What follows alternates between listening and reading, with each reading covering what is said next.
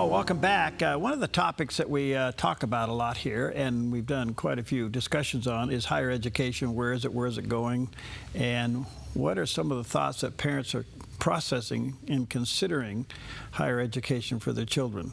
Well, very timely for us to have with us today, Dr. Gary Lovejoy is a psychologist, a college professor, speaker, and the author of several books, and his latest one titled Students in the Lion's Den. You may want to check that out, Students in the Lion's Den. And he does have a website, heartswithpromise.com. And there is the picture of that landing page, heartswithpromise.com. And then, of course, the book, Students in the Lion's Den. So, Dr. Lovejoy, good to see you, friend. How are you? Nice to see you. I appreciate you inviting me onto your program. Well, thank you. Thanks for your time. We value it greatly. This is a big deal. Your book's titled Students in the Lion's Den. Maybe you can explain the title quickly for us. Well, of course, I was taking that from Daniel, Book of Daniel, The Lion's Den. And one of the reasons the name is so poignant is because when students, many anyway, Christian students head onto the campus of colleges and universities around the country, they're not often prepared for what they're about to hear. Many of them are subjected to what I would best describe as indoctrination. I was, as a professor on a secular campus, but a Christian, and so many people knew who I was, and I had students come to my office often, having emerged from a class in philosophy, for example. We had, in fact, a professor there that he was basically a Marxist and an atheist, and he took particular delight in slicing and dicing Christian students in his classes. And he would ask them questions, and he would have them speechless. They didn't know what to say or how to respond. And they would come to my office, and some of them were crying, feeling like I really failed the test. I didn't know what to say. I had no answers.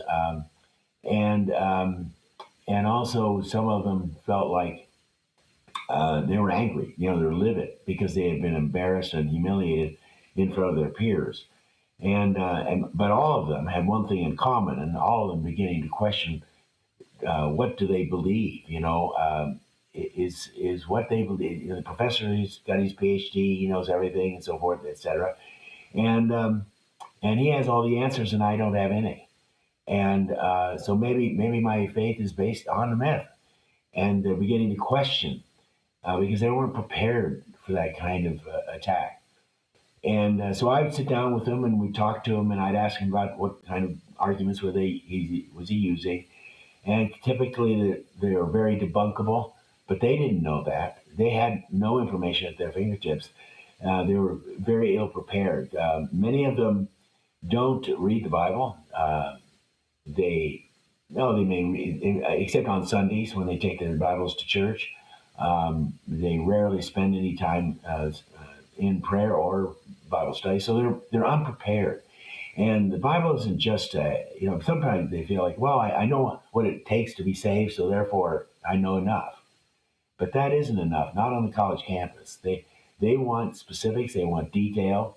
They have very specific arguments, most of which are very superficial from a theological point of view particularly, but they don't know that. And so they get hit with all sorts of theories and theorems that they are unable to answer or even address, and consequently they begin questioning their own faith as a result. And so, in fact, one time, I not terribly long ago, I was invited to speak at a Christian conference. It was a church retreat, basically, and at the end, they came to me and asked me, could you speak to a group of parents? We have a group of parents in our church here that their kids, or their sons or daughters, sometimes both, and went to college, and during their college years, they lost their faith. They're no longer Christians, and we know have some of them are on even speaking terms with them. Some of them were just simply that was an area you should go into, but they were all heartbroken. And so he said, "Could you speak to them?" And I said, "Sure, that'd be fine." And I envisioned to be about maybe 8, 10, maybe a dozen parents around a round table. We could just talk about the situation, what they can do differently, and so on. Well, I walked into the room, and the place was packed. It was a large classroom, held about 80, 90 people, and the place was packed. It was standing room only, and all these people, all of them were parents who had lost either a son or a daughter or both to Marxist thinking, and they were not. They were simply unprepared, and there are so many things that we can do that can prepare a student so that when they encounter those things, they're not taken by surprise. Because the indoctrination on the campus is very clear. It's including both in the campus, but in the classroom where the professors hold forth, and they often cover topics that are unrelated to their specific subject matter. Excuse me. And excuse me. I have a little bit of a settling of cold in my throat for some reason. But at any rate, and so they come back and they are devastated, and it's devastating because they thought they knew all the answers and they knew very few. There's so much here. Let me just ask a couple of quick questions. So the system is kind of set up that the student is going to fail unless they lie what they believe to pass the class. Well, in some cases that can be true. However, you perhaps have read about 6 months ago, a young woman, a student at Oklahoma State University, and her professor gave an assignment, and it was an assignment something about what you believe, and he gave certain parameters, and she made sure that she covered all the parameters that were required to be in this paper. And she wrote a very excellent paper, but she gave her own testimony in that about her belief in Christ and so forth. And she got her paper back, and it was an F. She flunked it. And she said, she went to him and said, why is this an F? She had written a very good paper. She was a very good student, by the way. She was a straight A student. She wasn't someone who was just barely making it through college. And he said, you didn't follow the rules. And she said, and she pulled out all the parameters that he had listed, and she was right on every one of them. But he refused to budge. And he said, not only that, this is 50% of your grade, and you will probably not pass the class. And so she went to the administration and filed a formal complaint that this is discrimination, religious discrimination, and she won. And the professor was dismissed. And so student activism can be effective, but most students are so timid in that regard that they are reluctant to push it that maybe they'll be drummed out of the college, and they don't want that. So and sometimes they've been even threatened with that, that if you push this, then we're going to. Let me come back to the core problem. And you're using the word the students are going into these colleges and they're not prepared. I've had Dr. George Barna on quite a bit, and we've talked about this. And it may have stemmed when there was a turn back in, I'm going to say, somewhere in the 70s and the 80s, where churches start doing away with Sunday school. In other words, we're not making disciples. We turned Sunday school away, and we went to Sunday morning, Sunday night, and a Bible study on Wednesday, and called that, discipleship. Do you think that's an issue? Do you think that's part of the factor that we're just not developing disciples that can handle college? Absolutely, I believe that. In fact, that's one of the things that I have talked about incessantly. that yeah, in fact, actually, once they reach their junior and senior year in high school, in fact, long before that probably, but at least by then, they shouldn't be, the Sunday school, if there was a Sunday school, oftentimes it's taught by one of the pastors, and it's like a mini church. They give a message, and then afterwards they have a little bit of time of socialization, and they go home. Well, what they really need is not just uh, socialization and a message. What they really need is to have a roundtable discussion, and they need to bring up the things that they're going to run into in the college. What is socialism? What is Marxism? What is communism? What are the differences? What are the primary views? And what is wokeism? And what is critical race theory? And what is critical justice theory? And so on and so forth. And then to talk about what's the Christian alternative? What is the Christian answer to that? So that when they go onto campus, when they're hit with these things, it's not new to them. They know exactly what it means, and they know what the terms are, and they know what the biblical answer is to that. And there are a few churches that are doing that, but very, very few. And you're right. Starting in the late 20th century, they began eliminating college departments, actually, and thinking, well, they can just join the general. They're adults, so they join the general service, and let that be good enough.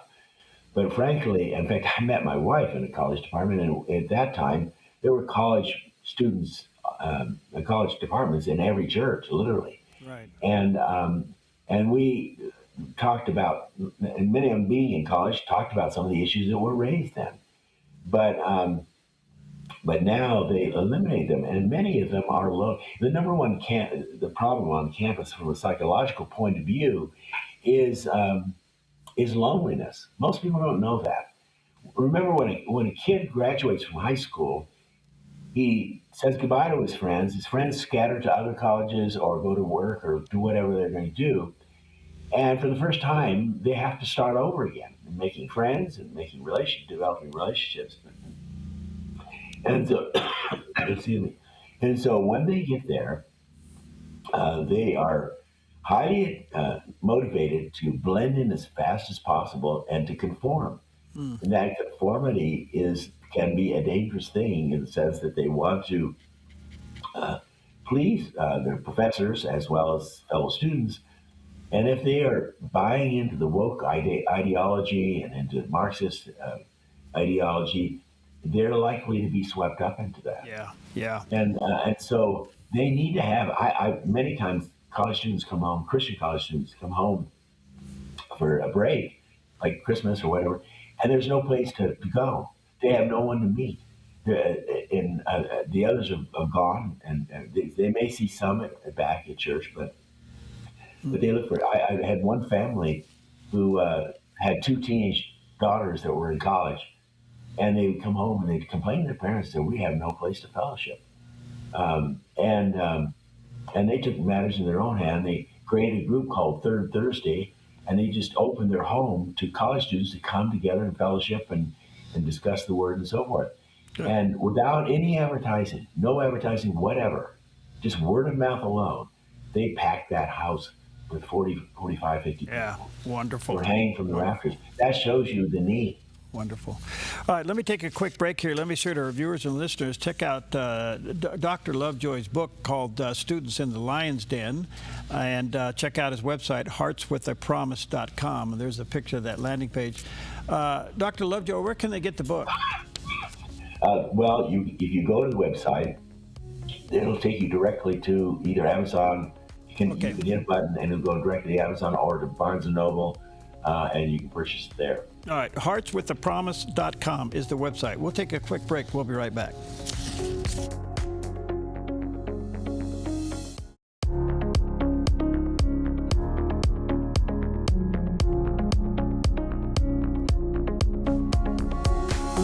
All right, welcome back, and an honor to have with us today Dr. Gary Lovejoy. He's a psychologist as well as a college professor, speaker, and the author of several books, but his latest one, probably a must-read and get it early as you are making decisions concerning higher education for your students. It's entitled Students in the Lion's Den. There's a picture of the cover of the book on the screen. Students in the Lion's Den by Dr. Gary Lovejoy. You can get it through his website, which is heartswithpromise.com, and there's a picture of that landing page. You can click on that and it'll take you right on through to Amazon. Anyway, heartswithpromise.com. Dr. Lovejoy, I hope I can ask this question with the right feeling and understanding here. Are you concerned that as parents are looking for where to send their kids for higher education, and they're even considering Christian colleges, that some, not all, Christian colleges now have been diluted from the absolutes of Christianity? Are you concerned about that? I'm very concerned about that. Some of the flagship colleges that have always been strong, stalwart witnesses of the scriptures and so forth are no longer so. My daughter attended Seattle Pacific University in Washington, and it was a Christian college at the time.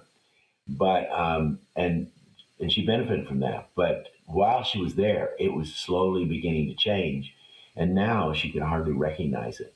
And they allowed secular and actually Marxist professors to come in and taught woke ideology and so forth, and they allowed them to get their nose under the tent, so to speak.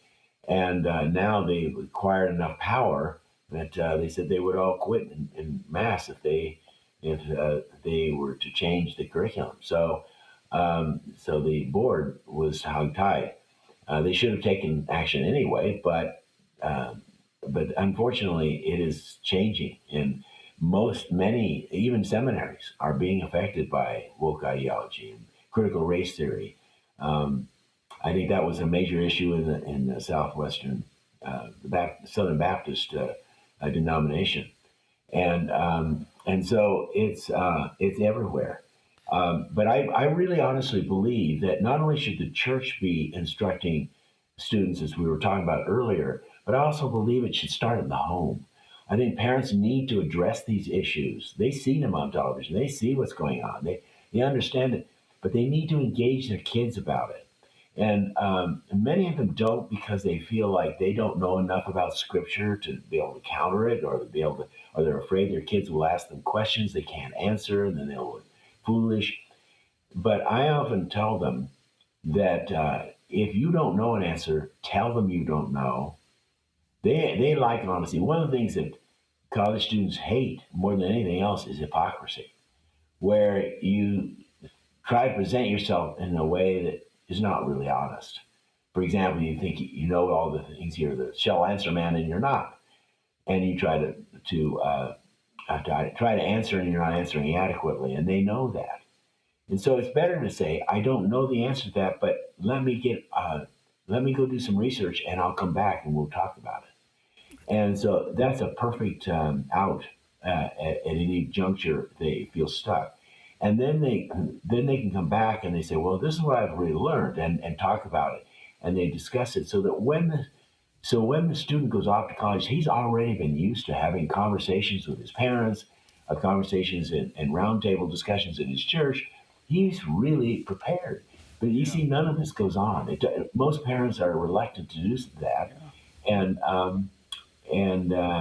most churches are reluctant to change their curriculum in a way that we were talking about earlier. Okay. So the problem is they're like sheep going to the slaughter. And I hate to see that, because as a professor, I taught for over 30 years, and I hate to see that happen. And I'm on a secular campus, and so they come to me. But what if I wasn't there? What would they do? Yeah. And so I'm concerned about that, and I think that they need to know the basic arguments, not only from Scripture, but they also need to know the basic arguments from the Marxist point of view, or otherwise they're speaking in ignorance, and they will be caught short on that. They will make sure that their ignorance is exposed. That's what they fear the most. Recently, colleges have been challenged on their DEI policy, and it was attached to funding. And some funding did stop because they wouldn't give up DEI.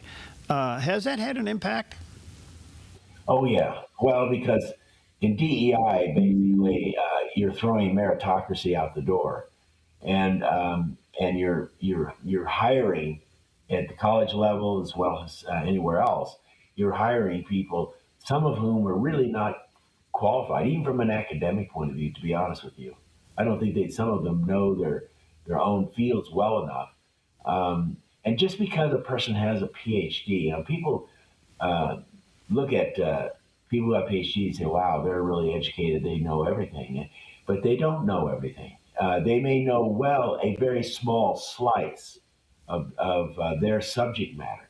But when they move into metaphysical issues, they move into sociological issues, other kinds of issues, they are no more knowledgeable than many other people. Yeah. And so that's in fact Albert Einstein used to chuckle about that. They would ask him questions and they thought he would give very erudite answers to political questions, for example. And he said, I know nothing about politics. But he thought he was quite amused that they thought because he had expertise in physics, that he had expertise in everything. Yeah, there you go. One last big question. I got about a minute and a half. What advice would you give parents or even students looking at college now? Well, certainly for those, more and more now are not even going to college because of the expense, and there are many jobs. Many of them are graduating from college and not being able to find a job, partly because they need more wise choices in terms of what subject matters that they major in. But in any and back to I haven't seen the latest statistics, but at one point, 75% of all college students ended up in fields unrelated to their major. Right. Pretty interesting. Right. But in any case, I think that it's really important that when they're selecting a college, that it has a reputation for good academics, but also has a tolerance of religious points of view. Right. If they don't, if they are solid, they carry out a kind of tyranny of really freedom of speech is dying on the college campus. It was where it's been cultivated. Now it's dying. Okay. Because if you don't hear the political line, you're ostracized. Right.